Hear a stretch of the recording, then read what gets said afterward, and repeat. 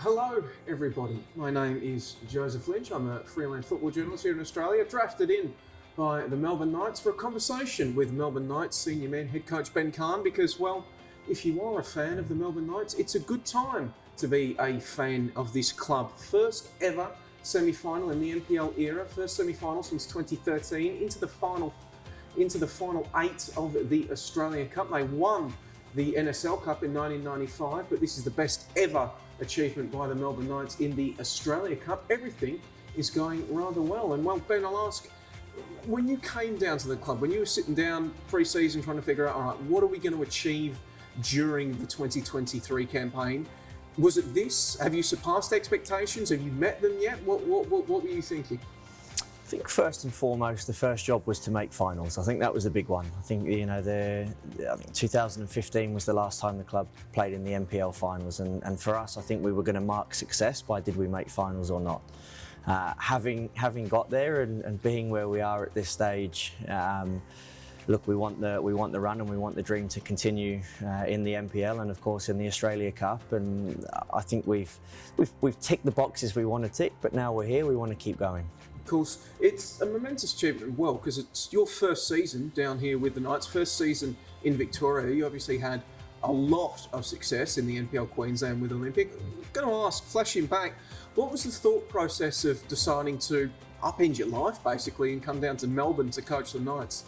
Yeah, look, Pave and I have been in touch for a number of years, and it's I think when you think of Australian football and somebody who's invested in the football world and passionate about the football world, you know the name of Melbourne Knights and you know the history of Melbourne Knights. And I obviously follow the NPLs around the country and have seen that they haven't necessarily done so well in the last decade or so. And when the call came again from Pave this year, or at the beginning of this year, it was something that really interested me. The idea of, as I've said a number of times throughout the season, seeing some life come back into this place and seeing Summer Street full, and seeing the name of Melbourne Knights being put back at the top of Australian football, it was an appealing project, and I knew it would be challenging, and it has been challenging, but we're starting to see the rewards of all the hard work that we've put in.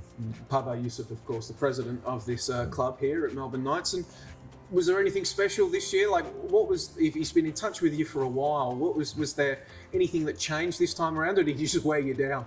No. Look, it was certainly a mutual respect we had and a relationship that wasn't all him just asking me to come here. We talked a lot over the last few years about the national second division process and just about football in general in Australia, really.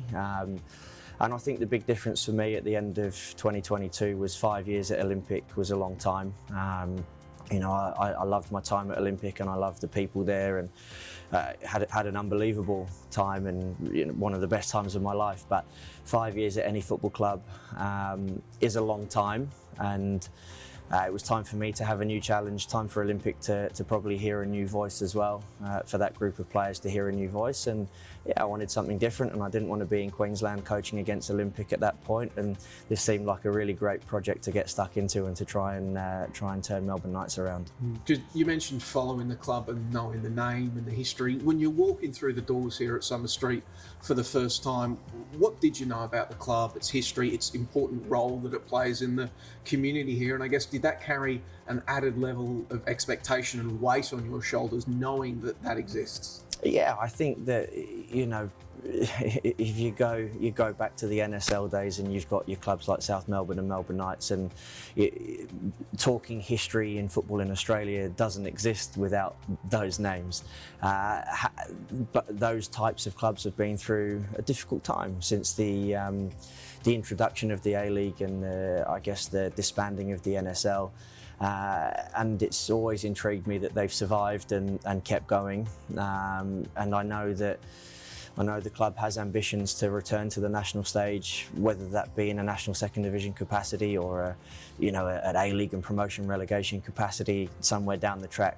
I don't know, but to know that where they've been and also knowing where they want to go, it was appealing to me to try and be part of that direction and help them.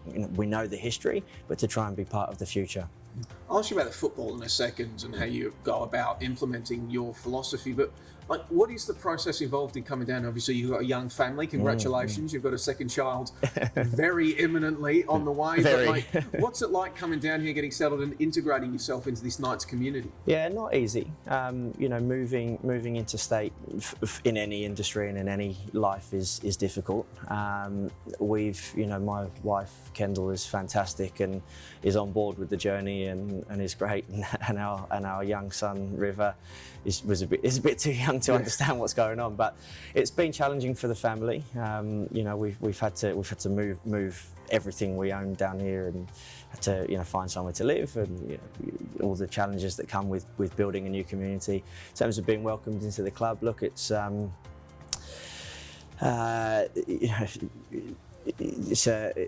proud club with a lot of expectations, and we didn't have the best start. We picked up 2 points from our first 3 games, and they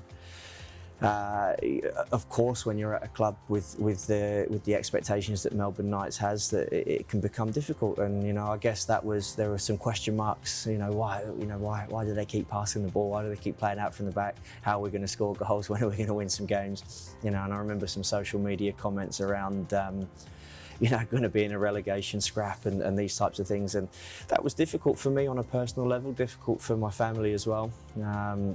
The playing group were fantastic, and between the staff and the players, we all kind of agreed to just keep going and believe in the process that we're trying to implement. Mike, you touch on there the process, the passing the ball around. When you come down to a new club, you have to implement your footballing philosophy as a coach. Before we get to how you did it here at the Knights, just walk me through, what is Ben Cahn's footballing philosophy? What guides you as a coach? What do you want to see your teams play like? Look, it goes back to when I grew up playing football. I grew up playing in my street with the other, 10, 15, 20 other kids that lived in my street. I played in the playground, I played at the park. And for all of those, there wasn't a moment there where I didn't want the ball at my feet. I didn't want to run around defending. I didn't want to stand in front of my own goal. I wanted the ball. And I think that's something that shaped me as a coach, and it's something that's I think ever since I first began coaching, really, with young kids, I've enjoyed seeing them enjoy playing football, and I say to my players all the time to enjoy it and try to get on the ball, because there wasn't a moment when they were young where they wanted to hide from the ball and wanted to defend. We want the ball, and that's probably the very roots of where my football comes from. But then you go into a results-based industry and go through a long process and a long journey of studying and education and an ever-evolving process of trying to work out who you are as a coach and how you want your teams to play. And in my opinion, it's the best way to achieve results. That doesn't mean it's the only way, and it doesn't mean it's the best way, but it's the best for me because it's true to me. And I sometimes coaches ask me, younger coaches or less experienced coaches ask me about, how should we play, how should we do this? And you have to do what feels right, because that translates to the players and that translates onto the pitch and into the training sessions. So look, the belief of mine of players wanting the ball and showing for the ball and being brave and being able to play their way out of trouble is the starting point. But I like to. Generally, you have 2 outcomes. Teams will come and press high against you, and I like that scenario, because once you play through a high press, you attack with 4v3, 4v4, 5v4 in usually half a field of space. So most of the game is based on that. The challenge comes when teams sit off defensively against you, like we saw with Campbelltown in the week, and that throws more challenges at us. And we've had to learn and grow a lot this year. As the season went on, teams decided to sit deeper and deeper, and we've had to constantly try and evolve and find ways to break them down. And I guess, Joey, the other thing on why I play the way I do, I see my job as a coach, or an important part of my job as a coach, is to develop footballers and to improve footballers. And I think we train the way we train, and I ask players to play the way they play under enormous pressure and put themselves in difficult situations. That's how they grow and learn, and that's how they improve. And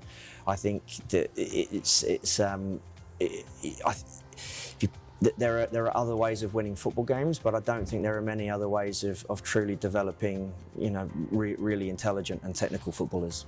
Because you touched on one concept there, the concept of bravery, and often in football, bravery is framed around physical effort, contacts, injuries, putting your body on the line, that sort of things, which it absolutely is. That is an aspect of bravery. But the way you're talking about it there, another aspect of bravery, wanting the ball in tight spaces, asking for the ball to feet, inviting pressure. That's something that you really try to instill in your team as well. It's obvious. Absolutely. You can see this year that we've conceded a couple of goals in important games through trying to build the play from the back, and come back after the game and I have 100 messages. Why were you passing out from the back under pressure?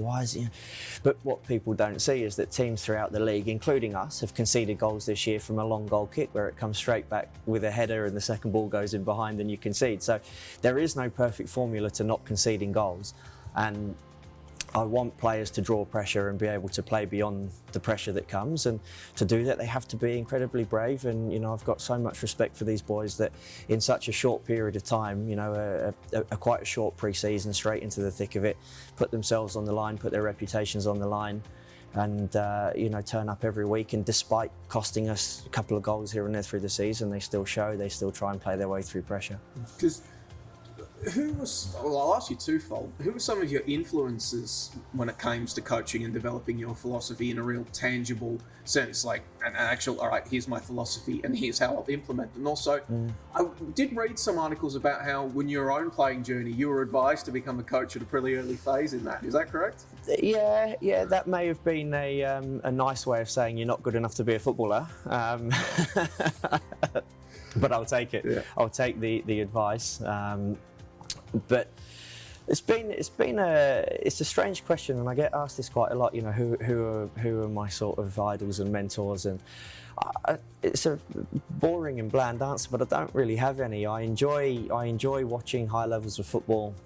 There are some amazing coaches out there at the moment, and the Premier League at this point in time is just, in terms of different tactical ideas and the creativity of how teams are playing, is you can turn it on at any game, and there's so much to learn. But I think that if you ever try and emulate somebody else and you want to be somebody else, it goes away from that belief I have that you just have to be completely true to yourself and really learn who you are and who you want to be and how you want your teams to play. And I guess who I am as a coach has really evolved over time and has a million different influences, from the very top level to people that have coached me at, in the Sunshine Coast Premier League. So it's you take from everybody and you learn as much as you can from everybody, and in the end, you just become your own coach. And you talked about the players embracing your philosophy, and you were very grateful to them for that. What did that look like in pre-season when you're coming in and you're asking them to do something that we don't see a lot of in NPL Victoria, this significant possession-based game? What does that look like in pre-season? Minute 1 of session 1, we played games that looked like football and felt like football and had the emotions attached to losing the ball and conceding a goal, and we put them in situations that we would expect to find them in game after game. And we're at session number 116 at this point, and nothing's changed really. We demand a lot out of them at training and put them in sessions over and over and over again that will replicate what we expect to see in the game and how we want them to respond to those situations. And we help them and guide them, but they're good footballers. There's a lot of experience in there and a lot of ability in there, and they've really embraced it, and they go out and play with belief and confidence. And you could see very early on in the season that they were embracing playing it, but as you did touch on, 2 draws, 2 points from the first 3 games, begin to look a little better as well, but then there's a mid-season swoon as well. When that mid-season swoon hits, what are you telling the dressing room at that point, and internally in the coach's room when you're discussing things? Does it ever waver? Do you start thinking maybe I need to get a little bit more pragmatic, or what's that thought process like? Our mid-season form dropped. Once we picked up in the cup and you get into that period, I think there's 7 games in June and 6 in July, and it was, for semi-professional footballers, that's an incredibly difficult ask. Yeah. So when that fatigue kicks in and your lineup changes every game and there's a lot of inconsistency there, it's hard to keep rhythm, and it's hard to train as well. We went 6 weeks without what we would call a full session, a proper session. We were in permanent recovery mode and doing some light stuff. And there's no doubt that all of that plays a part in the results that we saw, and the performances dropped as well. But the message to the players is, we've played this way and we've done some amazing things. We'd already broken some records at that point. We have to keep improving and we have to keep growing and learning.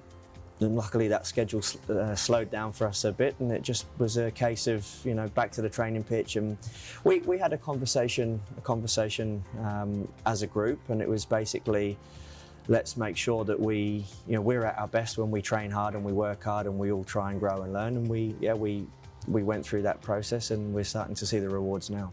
Because what have you learnt about this playing group over the length of a long and arduous season?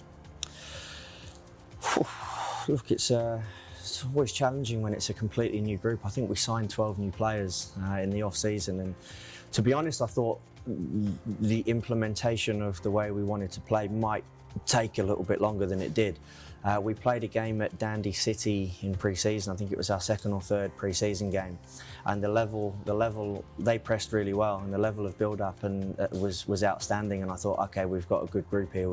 We're on the way. But there's a great mix of experience and young, hungry players, and they've formed a really strong bond, and they love each other off the pitch, and they get along really well. They've got all the markers of a successful team, and people externally but also internally wrote us off after 4 games, and again after sort of 5 or 6. There's a lot of noise about relegation scraps and same old Knights, and a lot of people doubted us and me and the players, and they were extremely resilient. I never saw them waver, and the training never dropped, the belief never dropped, and that's why we're here where we are today.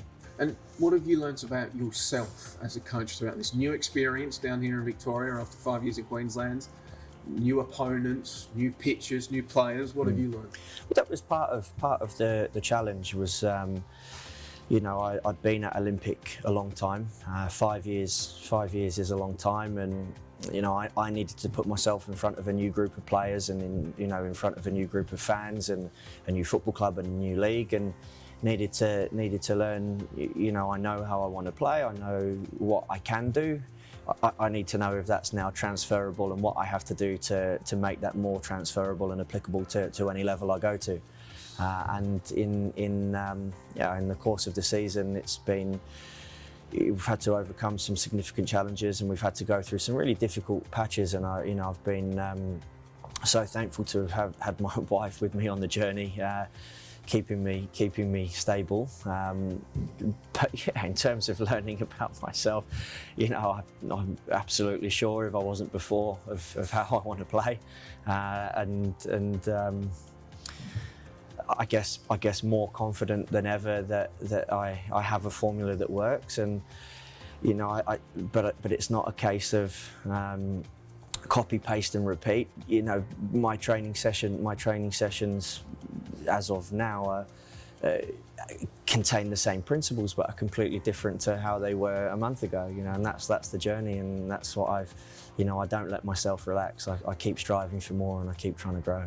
And I guess coming down as well, what have you made of NPL Victoria as a league? I mean, Warren Moon, a former adversary of yours, once called it the centre of the universe, and I'm sure up there in Queensland you were used to losing half a dozen players to the league every single year. What have you made of it now that you're down here in the Reeds? Exceptional competition. There's no doubts. It's such a strong league. The other NPLs are strong, and the top. In some leagues it might be the top 2 or 3, in some it might be the top 5 or 6, and those teams are all as good as the top teams here. But then there's always a significant drop-off, whereas you play here, and there isn't a game that you look at and go, yeah, okay, well, we can rest a few this week. It's a strong competition, and look, Avondale, South Melbourne, and Oakley are on another level. Very, very good squads, very good coaches, very good teams. It's not a coincidence they are where they are, and the gap in points between them and everybody else is so significant. You could see in the Oakley v Melbourne City game how far they pushed them, and it's a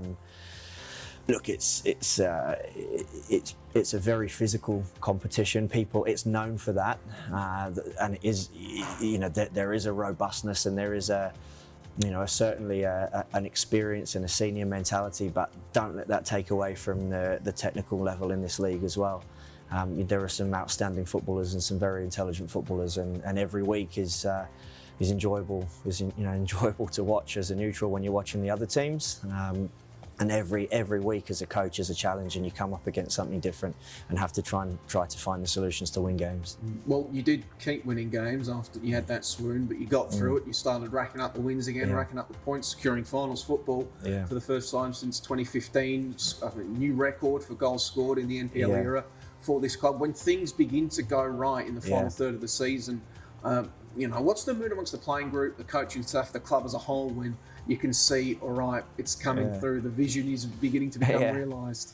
Yeah, I think we haven't really had time to reflect on that, because we're big game after big game at the moment. It's a knockout game every 4 days at the moment for us. So we're kind of in that mode of play, enjoy, recover, and train hard and prepare for the next one and give everything. There's a lot of experience in the group. There are a lot of players in this group that have played in big games and won big games. So it's nobody's overwhelmed. Everybody's just enjoying the ride, and I've actually been really impressed with the level-headedness and the application to just keep going and keep following the process. I know coaches are loath to single out individuals, so it's all right if you don't want to, but has anybody in particular impressed you this season? Or are you excited about their future? Look, I know coaches don't like it. So. It's a tough one, right? Because so many of them have done so well. If we're talking about players for the future, then you have to look at Luca College because of the age he's at. I think he's just turned 18. I have to admit, when I came in pre-season, I didn't know if he would start games or not. I know that he had some kind of reputation as a promising young player. He didn't adapt immediately to the training and the way we wanted to play, which is normal for a young player. But look, the growth that he's shown this year and the level that he's got to, and the big goals he's scored and the big assists he's got, he'll be on the radar of some clubs, I'm sure, in the future. And look, Luca will be the first to acknowledge he's got a long way to go and he's got lots to work on, and there's some parts to his game that he desperately wants to improve on. But look, he's got time on his side, and he's got the right mentality to go as far as he wants to go. And this weekend, mammoth game for the club. It's a semi-final against Avondale. It's two teams that really like to play football, that both want to have the ball, coming up against Zoran Markowski. Yeah. What do you need to do, especially coming off short rest? What do you need to do to win? Yeah, look, they okay, there's some rivalry between the clubs, but on a football level, they're the team that's impressed me the most this year. I enjoy the way they play. Zocchi's done an amazing job. It shows, you don't win the Premiership doing, not being a top team. They've got good players all over the pitch and on the bench. For us to go and win, look, we'll try and impose the way we play on the game, as will they. We just have to look, when you play against Avondale, you know that you've got to cover some mileage, because the way they open the game up, they move the ball well. They've got some amazing players that are very difficult to press and go after. So you have to be prepared to run. You have to be prepared to work. We don't really have anything to lose at this point.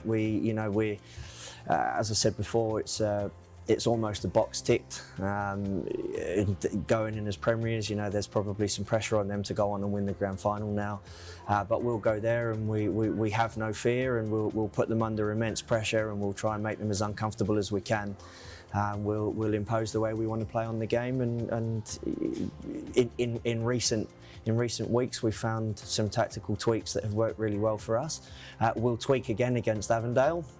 and hopefully that will get us over the line. And then you've also got Australia Cup on the radar, a quarter-final game against a familiar foe in Heidelberg United, avoided an A-League opposition, but you get past them, you're in the semi-final of the Australia Cup.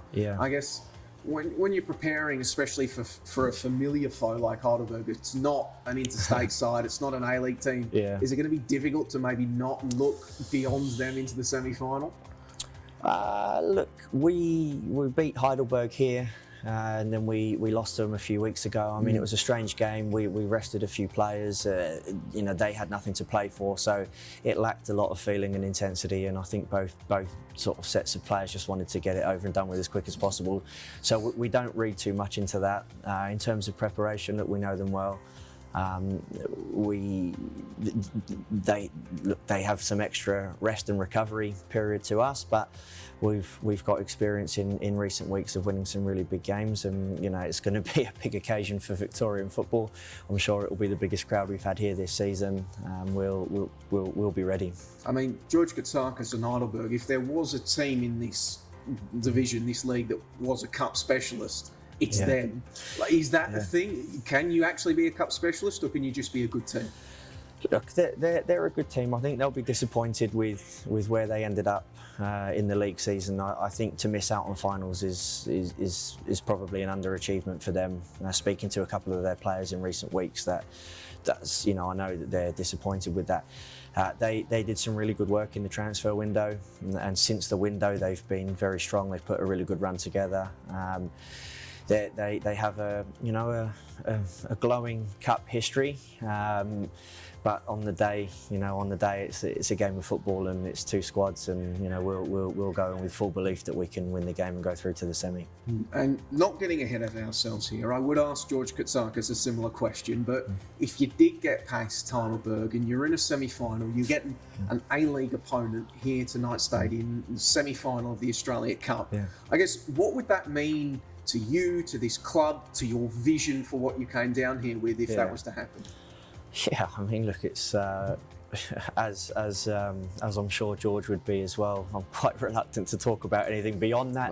But the curse of us journalists. But of course, it's when we mapped out this project early on, seeing this place full against an A-League club was certainly one of the dreams that we hoped we could turn into a reality. The club's experienced that in the past. They played against Adelaide in 2019, and the pictures and the video from that game was unbelievable. Seeing the place full, and if we could do that again, that would be fantastic for everybody involved in the football club. If you're watching George, I had to extract that out of him. He didn't volunteer it willingly, but I guess for the last one from me, because it's training night and everything, and you've got prep work to do, but you talked about a roadmap there, and that sort of fits very succinctly with my final question. This is your first year at Melbourne Knights. You've put in place a foundation, your philosophy, you've got the players on board, you've achieved something already. What more do you think you can achieve with this club in the months and years ahead? I think that's first and foremost. Look, our only attention is firstly on Avondale, and then once we get that out of the way, once we get that out of the way, then the focus turns to hopefully the grand final. And then once we know what we've achieved this year, I think we can start to review and put a plan in place and see what we can do going forward. A natural question around that would be, I guess, depending on what happens with the national second division. So if you're watching James Johnson, help us out. It's look, and these conversations are well above my level. I'm not privy to all the details. I've been a big advocate of a national second division for a long time. I think it's an important step for clubs, for coaches, for players, for administrators. There's a lot of good people beneath the A-League in this country that deserve to be, on a national stage regularly, playing in or working in a professional environment. That was certainly part of the vision when coming down here. Like most people, I really have no idea where this is going to go, how it will look, if it will eventuate. But obviously we have a keen eye on that, and that would be part of where the future lies. Well, I mean, I guess I'm preaching to the choir here, doing this for Knights, but NST, national second tier, bring it on. But well, Ben, I very much appreciate your time. I very much appreciate Knights giving me the opportunity to come down and speak to you. Good luck on the weekend, and good luck to you too, Zoc, if you're watching. Good luck for the months and the weeks and months ahead. But thank you very much for joining. Thank you, Joey. Thanks very much.